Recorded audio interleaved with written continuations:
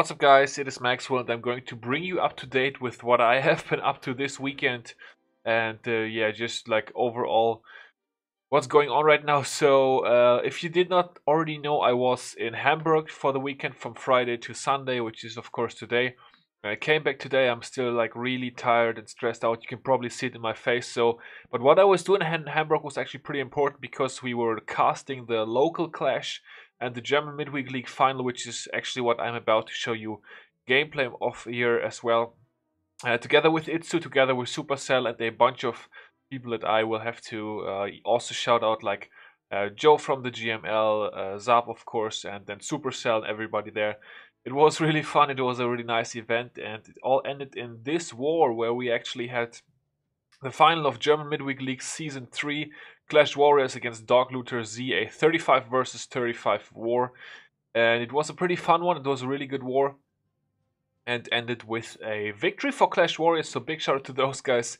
Huge congrats on pulling out the W here with 3 stars actually on DLZ. Realistically, it would have been 1 or 2 stars closer, but DLZ, they went for 2 11v11s in the end when they had pretty much already lost. So yeah, which also did not go in. So quite an interesting war.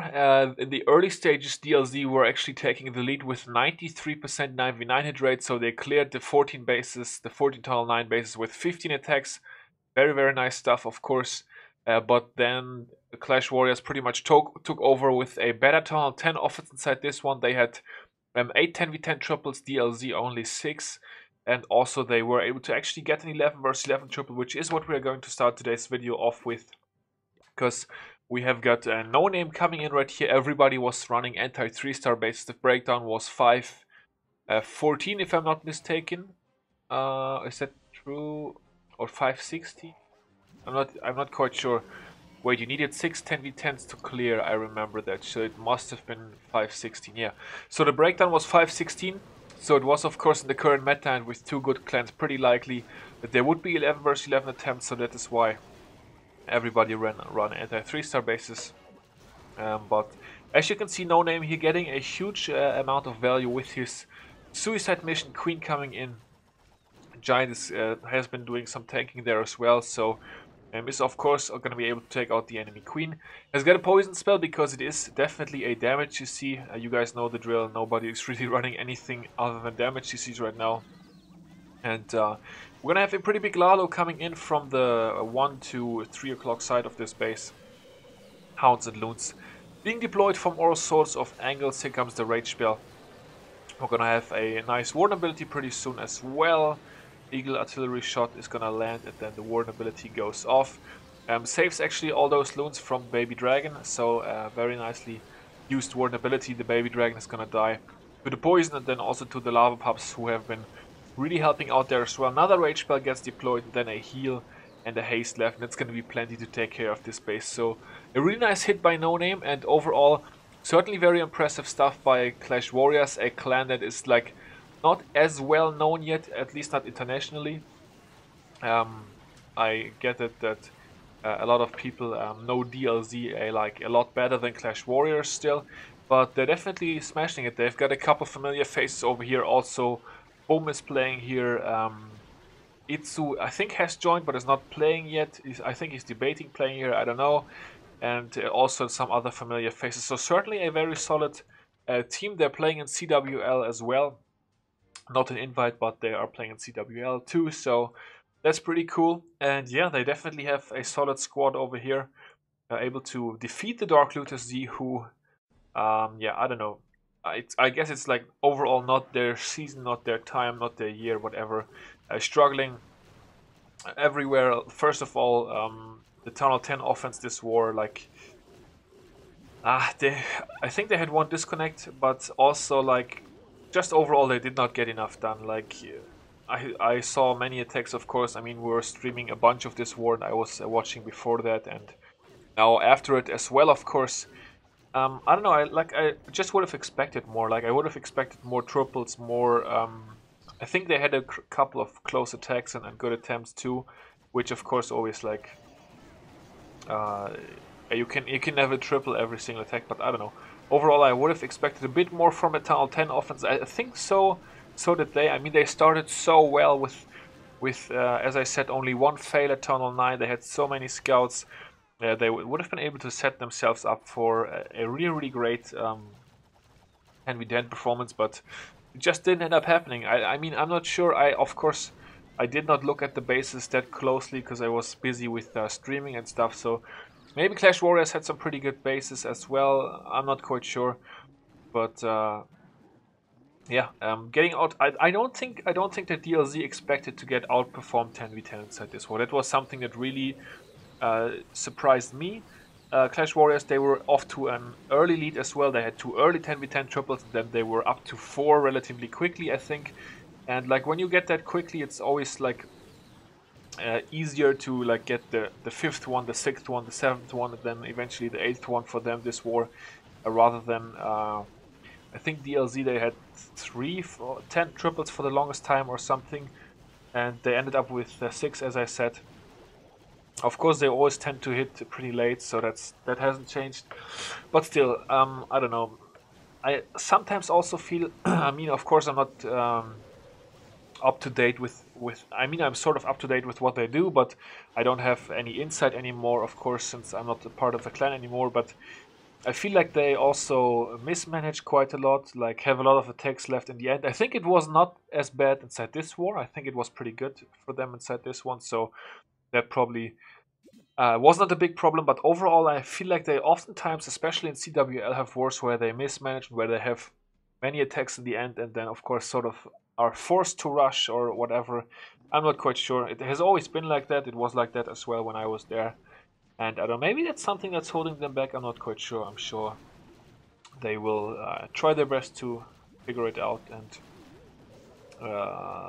improve, because, like as I said, right now it's definitely going pretty poorly for them. But you know, there are stretches like that for everybody.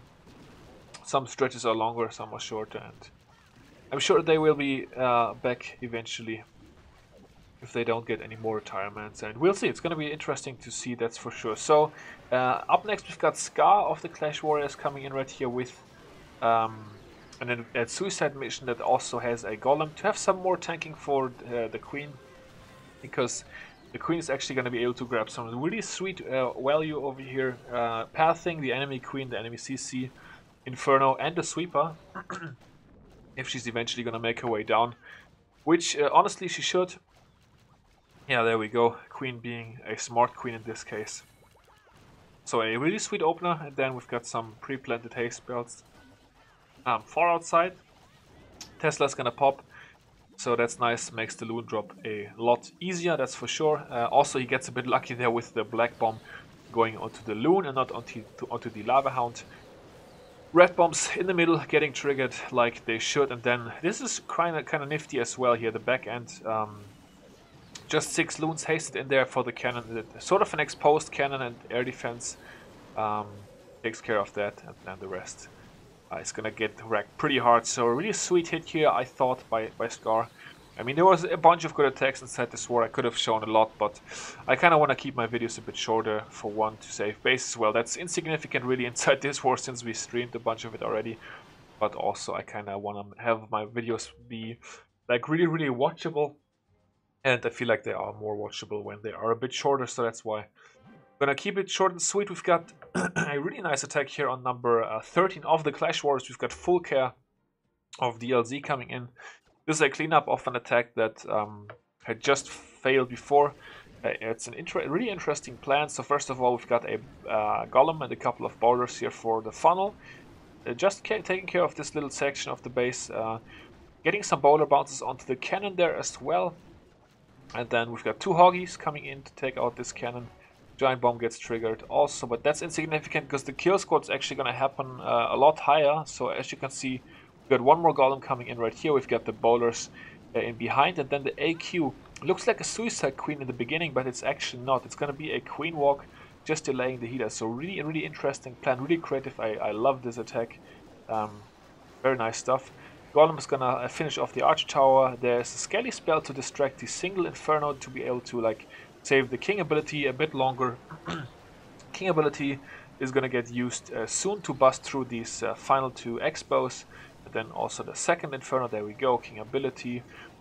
Just increasing the damage in the core, and as you can see now, he's got a Queen Walk, he's got the full health Queen with her ability and 4 healers there, going around the outside, picking up those buildings nice and easy.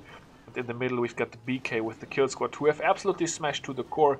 They're gonna take out several more buildings and help prevent the time fail on this base. Some sniping troops coming in, minions, archers, even a baby dragon there.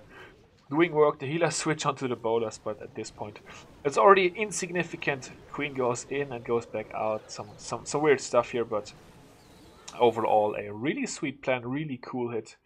Very nice to watch, very nice stuff there. On the other side, we've got another 10v10 triple as well. We've got Pete Sky 91, who actually dropped a 6-pack instead this one. And this is a Queen Ho with a really sweet entry here, guys. You definitely gotta watch this one. We've got the Queen, we've got the healers. BK is helping out with the funnel early king ability. There goes the mini bomb trigger. Actually, what was that? The mini bomb went off, but the warbreaker still made it through. I'm not quite sure what that was all about. Queen ability is gonna get used fairly early here to take out the Inferno Tower. There we go. Giant bomb goes off. The Inferno Tower does get taken out by the Queen ability. 4 warbreakers coming in with that rage spell. They almost get the double layer, which was actually not intended. That wall near the archer tower, which they damaged, was not supposed to go open, because the queen is supposed to make her way down here towards the enemy BK, since it is a hog attack, of course. Another rage spell deployed, the second and last rage spell for the queen. One seeking airmine onto the healers, not a huge worry. Inside the rage spell, she's still going to be good to go on taking out the enemy BK, as well as a couple more defense, and of course she's also eliminating Springtrap locations, possible Springtrap locations down there. I'm not quite sure if there actually was Springtraps there, but I think so. But anyways, Queen logs onto the air defense, takes care of the air defense as well. She's going to take care of one more building and the king statue, then the archer tower, and then I think she's going to die if I remember correctly. Not quite sure though, the healers keep on getting blown back by the sweeper, and that's actually why the queen died. So the healers can switch back onto the hogs, but at this point that's already insignificant, because the hogs have meanwhile in the backline already destroyed all the defenses. So really sweet attack here by Pete Sky. Also a very nice one to watch, that's for sure. One more attack from either side, guys, and then we're gonna call it for today and for this video, and I will finally be able to get some rest in. I mean, of course I slept tonight, and I actually slept for quite a long time, but I don't know, it was still not enough to recover, because yesterday was so crazy. We were pretty much at it with the streaming and the testing and the aftermath for like 12 13 hours or something. We streamed for 4 hours, but in case you guys ever do a quote-unquote professional stream with Supercell, you will know that there's a lot of effort that actually goes into it. So you're definitely not done with like 5 hours. If you stream 4 hours, you're not done with 5 hours of work. Like, it's a lot more work. It's always fun, but it's also very stressful. And at this point, I don't even know if I want to do it again. But yeah, we've got Nike with the Queen Charge Lalo coming in on base number 25 right here. Lava Hound comes out of the CC, something you never want to see whenever you do Queen Charge Lalo. It just takes so long to burn through. I thought those 2 wizards, by the way, were really cool, because they took out a couple of high HP trash buildings there, and they really helped speed along this Queen Charge, and also, of course, keep the Queen inside the base. Queen is now gonna lose some healers, but inside the rage spell, she's still able to take out the enemy queen. Ability gets used there as well. Sweeper gets taken out, and now she's gonna lose the healers. But this attack actually also has a really sweet Lalo, so guys, watch and learn from this one. Nice Lava Hound there onto the red bomb. It was a fresh hit, I'm pretty sure, because I mean, 14 out of the no, 13 out of the 14 attacks that we could watch here are fresh hits. So I'm pretty sure it's a fresh hit, but yeah, anyways. Yeah, of course it's a fresh hit, because it's a Hound CC and the Queen Charge. So yeah, what I meant to say, the Lalo was really good for this one. That's what I loved about this attack here. So very nicely done to Neke over on the DLZ side there, getting it done for the 3 stars on Jace Wiz's base of the Clash Warriors. And then one more attack, of course, guys, we gotta finish it off with the champion today, and a champion attack on Mr. Toast, your karma over there on the DLZ side, and Khaleesi is going to be coming in here. Not with dragons, but with hawks, and also Queen Charge, the Queen Ho at Town Hall 9. Also doing work, Baby Darken is going to be able to set up the funnel there for the Queen nicely.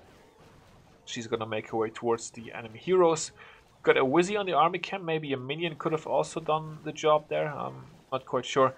Yeah, actually I am sure a minion could have done the job for sure, but I guess he's sort of converting into a Kiwi walk already to be able to set up the second half of the funnel and also get the wall break done, so I guess the wizard made sense overall. I didn't see that coming. I have not watched his attack before. Seeking air mine onto the healers.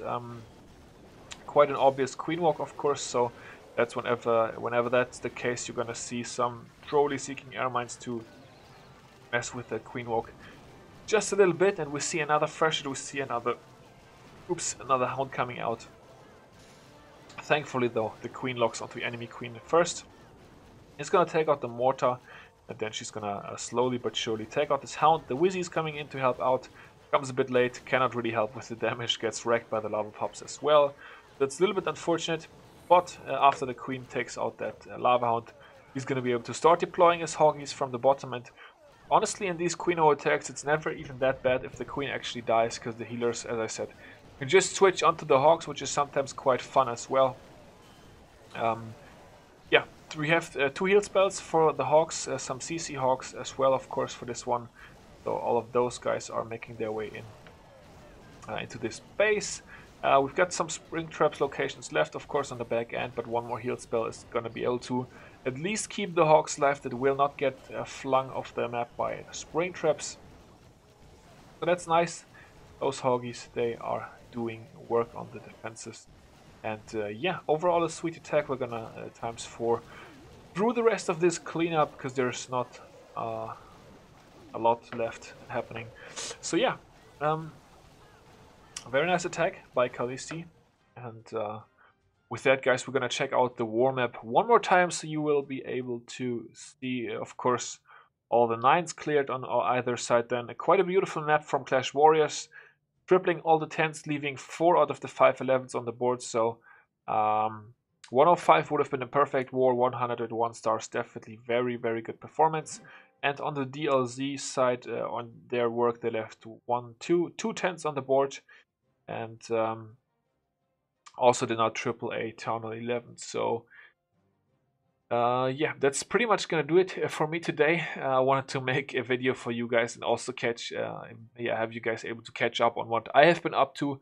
Regular uploads again from day going forward. Of course, there was no CWL, so not gonna have. Well, actually, we have a decent match in Warworlds. We've got FYSB. Clash Olympics are also continuing. We're still inside the contest, so there's going to be more matches coming up on that. Looking forward to it. Going to recap them again. And yeah, until next time, guys, Captain will see you all later. Peace out.